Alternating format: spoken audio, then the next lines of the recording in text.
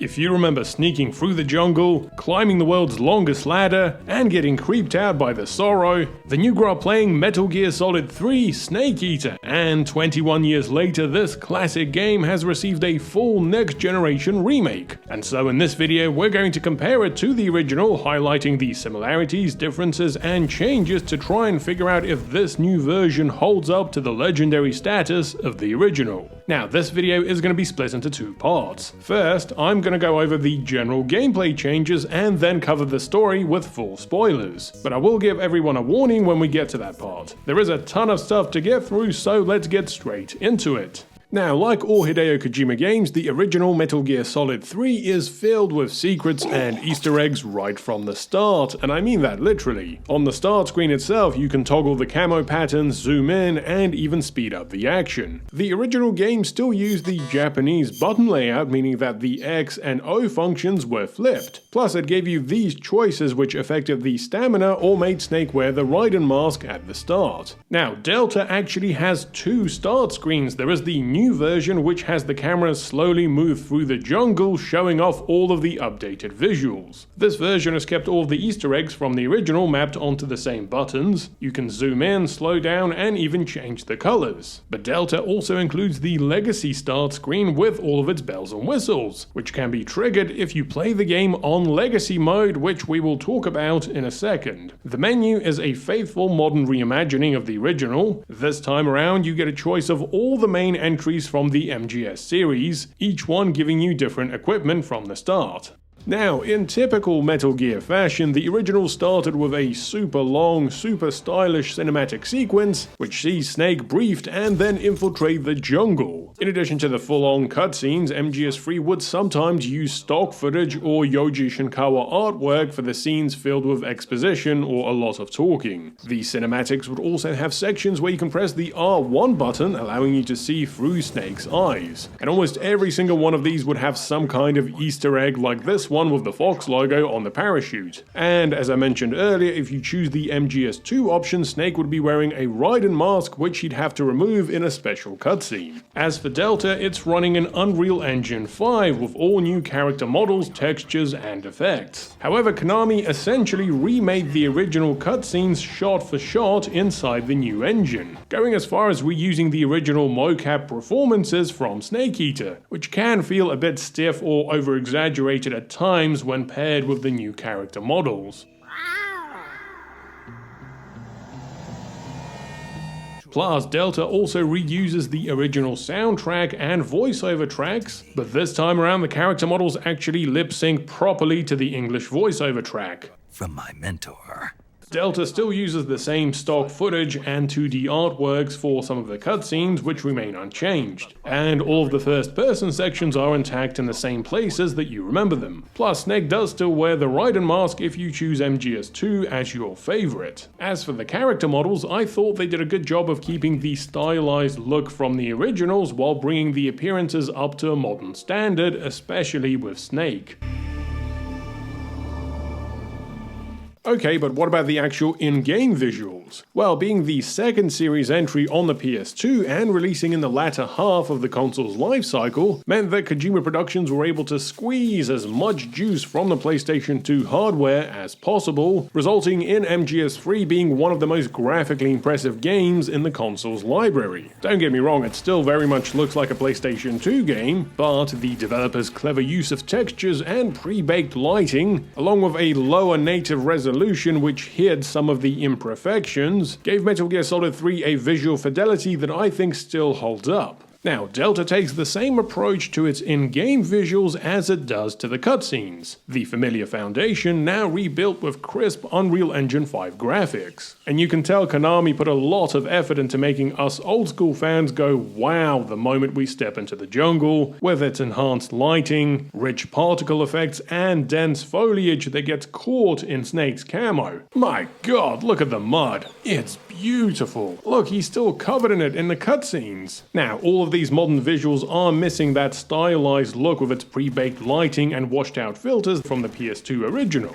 but Delta does try to compensate for it with a selection of filters, with my favorite being the legacy filter. Okay, but what about the gameplay? Well, the original had a semi-fixed camera where the right analog stick kind of moved around the frame but not around the character. This would be changed in the subsistence version of MGS 3. There was also a first-person view mapped onto the R1 button to help with the navigation. The original version of Snake Eater also had the classic MGS PlayStation style controls: X to crawl and roll, circle to punch, triangle to perform a context-dependent action, and square to use the weapon. Plus, the R2 and L2 buttons would also be used for the weapon and item menus. Now, Delta gives fans a choice between two playstyles. We've got the new style, which is similar to MGS 5. This one has a dynamic camera and a contemporary control scheme, which also includes an over-the-top shoulder fire mechanic. It also incorporates the enemy detection visuals, which are similar to MGS 5. And this new style mode certainly makes the combat and sneaking a lot more fluid and, dare I say, more fun, especially if you haven't played the original for a while or you're just used to modern games. But if you're an old school original Snake Eater fan like me, then you may find that this new mode kind of takes away a big chunk of what you remember the original looking and being like. Well, the developers try to address this with the Legacy style mode. This mode retains the original fixed camera with all the same dodgy angles that you remember. Unfortunately, when it comes to the controls, it gives you this weird hybrid of old and new. The crawl, punch, and action are still mapped onto the same face buttons, but the shooting has now been mapped onto the triggers and shoulder buttons, which means that the weapon and item select is now mapped onto the D-pad. Now, I can kind of see what they were going for, but to me, that's like picking up your first electric guitar and realizing that somebody's bolted a bass neck onto it. Now, technically, you can remap the controls, but only some of the buttons.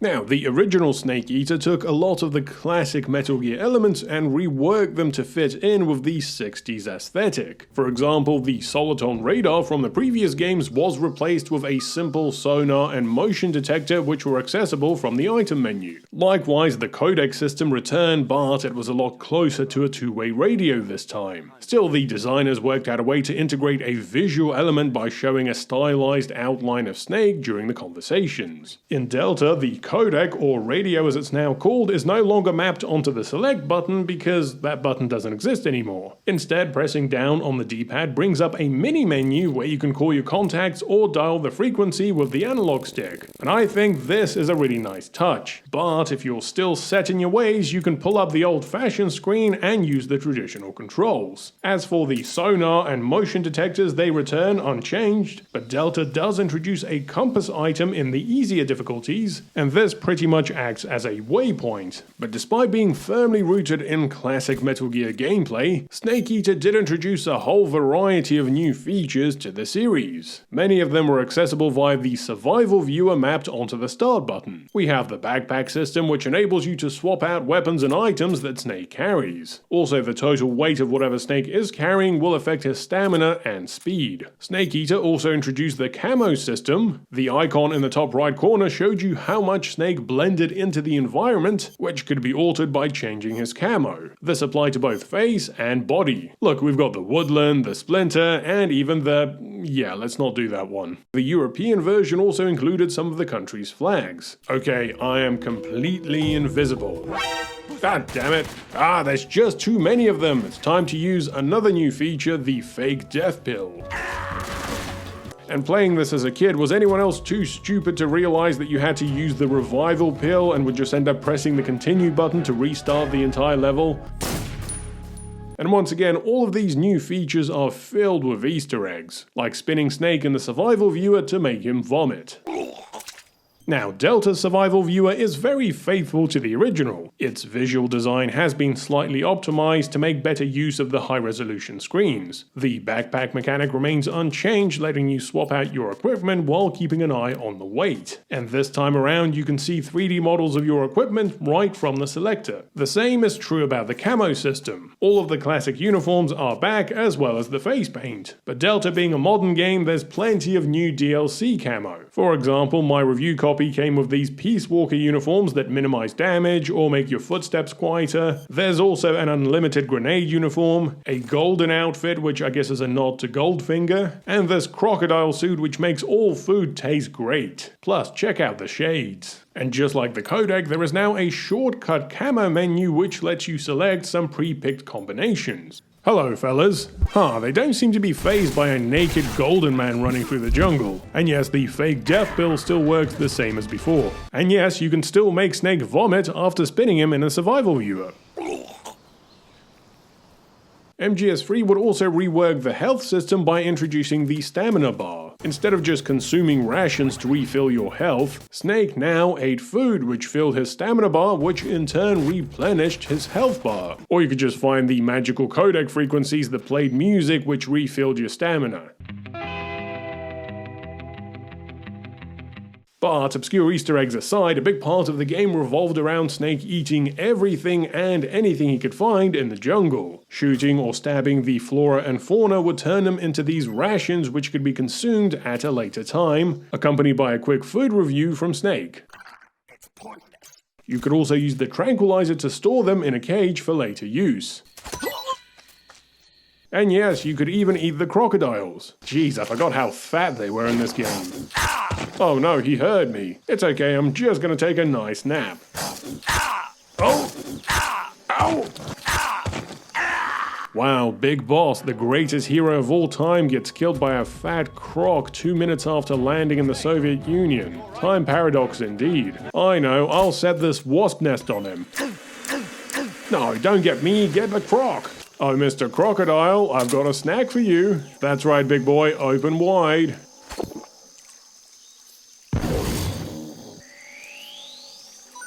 Delta's health, stamina, and food system is identical to the original, all the way down to the flora and fauna being in the exact same places as they were before, which means that our reptilian friends are back in the same place as before, and they're just as irritable and sleepy as ever. But now it's easier than ever to feed them a tasty grenade with the reworked aiming mechanic. Now, in the original, the final new feature in the survival viewer was the cure function. You see, poor Snake would sustain a whole host of different injuries during his time in the jungle, and many of them would actually impede the health bar's full recovery until they were cured in the survival viewer. On the surface, it's a pretty basic system where you have to apply the right medicine to the right injury, but what elevated it in the original were all the extra little bits. For example, applying the medicine in the right order would trigger the cutscene window of Snake performing the action. It's also impressive how the developers went to the effort of actually showing the injuries in the X-ray viewer. Oh, poor Snake, look, he got shot in the ass. Who shot you in the ass? Another Easter egg is that Snake will actually do a character animation in the X-ray mode. Just like the other sections of the survival viewer, the cure menu keeps the same core mechanics with a slight visual redesign. This time around, the game gives you more of a hint as to what order to apply the medicine in. Now, when it comes to level design, the original game certainly followed a lot of the trends of the time. The levels were self-contained, most of them weren't even that large, and they were connected via loading screens. However, the developers' clever use of environmental textures, lighting, and foliage made you feel like you were in a dense jungle. It also didn't mean that the game was completely linear, because Kojima Productions packed the levels with nooks and crannies and side sections which sparked the player's curiosity. The game encouraged exploration and always gave you something fun or useful as a reward. For example, early on, if you go east away from the main path, you find a sniper rifle which immediately makes things way more fun. MGS 3 also incorporated some fun sandbox and physics elements which added extra dimension to the gameplay. Oh, goddamn bridge. Well, I guess I shouldn't have used all those grenades on it. Oh no, the poor guy fell off. Wait, what's the button to pull up again? Well, it's definitely not that one. Delta's level design is near enough identical to the original, with all the same nooks and crannies, the same soldiers, and the same equipment locations as in the original. And whilst I do understand some people's complaint that the remake is keeping things too safe, I don't really have a problem with the level design. To me, it's like coming back to the street you grew up on, only this time with dynamic lighting and ray tracing, and you're now covered in gold. And you know what? Paired with the new style gameplay, the level design doesn't even feel that dated. Sure, there are still loading screens, some of them quite long, but the gameplay loop and the sandbox mechanics are as fun as they've ever been. And I guess that's a testament to the original game's solid design, and yes, the poor sleeping guard still falls off the bridge.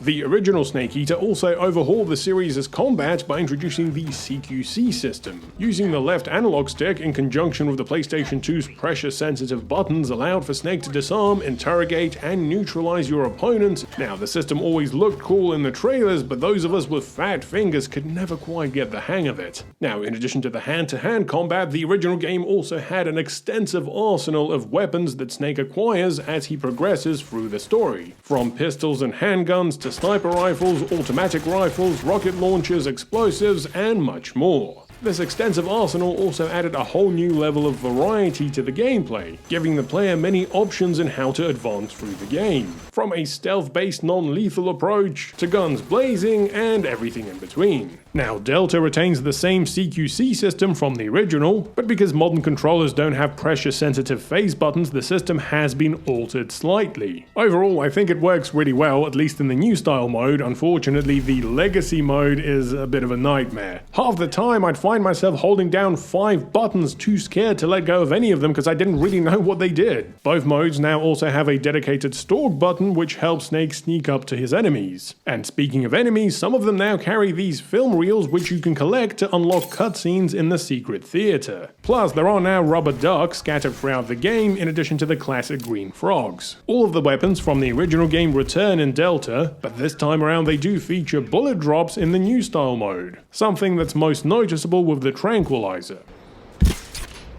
And of course, I couldn't talk about the original without mentioning its opening, accompanied by one of the best game themes of all times. And even this opening sequence has a bunch of extras and Easter eggs which you can toggle, from changing the language of the credits, to the little icons that fly around on screen, to having the singer whisper Snake Eater. Now, Delta actually has 2 versions of this theme. If you play the game in Legacy mode, you will see the original opening with some basic AI upscaling. However, if you play this game in the new style mode, then you'll see an all-new video with footage from the new game and a new version of the theme performed by the original vocalist, Cynthia Harrell. And yes, this new video also incorporates all of the same Easter eggs as the original, like the language changes and the different floating symbols. Okay, so that's it for the overall gameplay and visual changes, but what about the story and the campaign? Get ready for spoilers in 3, 2, 1. Well, there's hardly any changes to the original campaign. Every story beat you remember is still there, from Snake first parachuting into the jungle to his final battle against the boss, and everything in between. The same goes for all the original game's secrets and Easter eggs, no matter how obscure. The Ocelot time paradox, the Sorrow cameo, Snake perving on Eva, Snake nerding out over the gun. Incredible. Shooting the bees above Ocelot, the crab battle, taking out the end early, throwing snakes at the enemies, Rykov's weirdness, trying to escape the prison cell, and the Hungry Eva escort mission at the end. Ironically enough, the biggest single difference between Snake Eater and Delta is the Guy Savage minigame that triggers if you save and exit in the prison cell. The original version is a basic hack-and-slash game set in a warehouse with the player taking on zombies wearing police uniforms. The Delta version is set in a graveyard with a bunch of cinematics and a whole new character design plus moveset. I guess Konami felt at liberty to make changes to Guy Savage as it's not technically part of the Snake Eater campaign. As for the rest of the campaign, well, it's just a really faithful modern remake of the original game. In fact, here are a few minutes worth of gameplay footage from both versions, shown side by side for you to get a better idea of how Delta interprets some of the original game's key moments.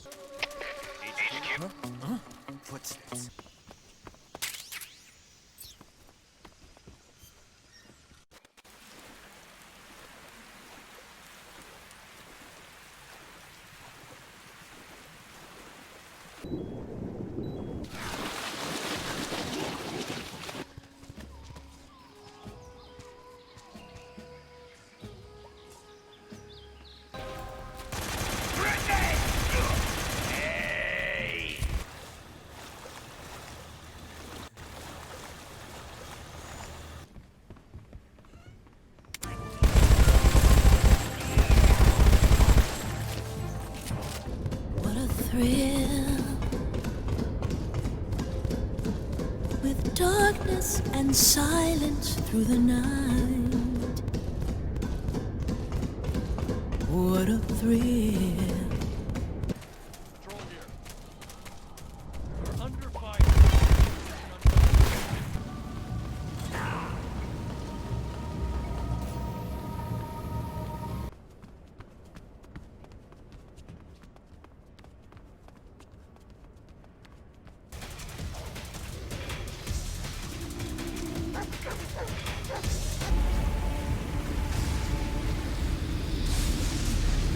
Behold the souls of those who have killed.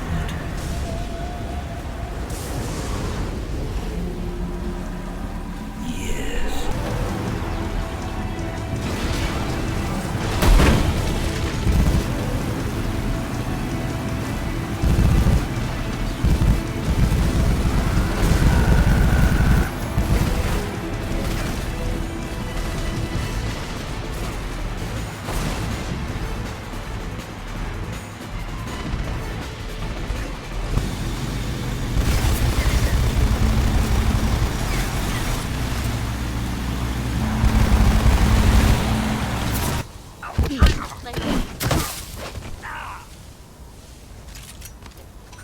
Pathetic. Is that all you got?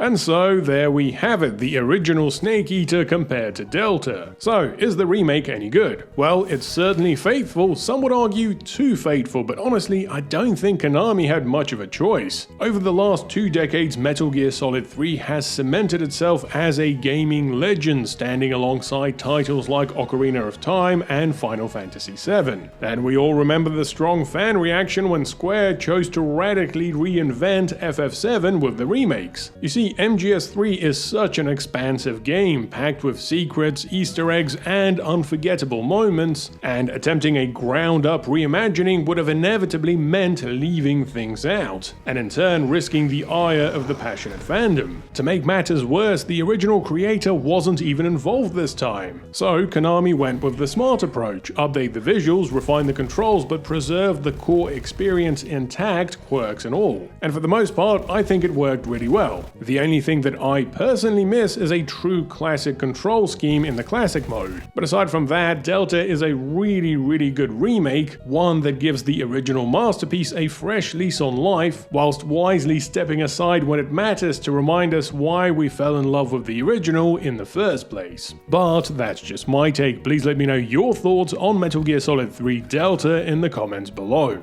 How do you rate it as a remake? What would you have done differently? And why won't these soldiers just let me crocodile in peace? As always, thanks for watching. Please consider supporting me on Patreon, and a big thanks to my existing patrons. If you've enjoyed this video, then please remember to like, subscribe, and hit the bell. Thanks for watching, and I'll see you next time.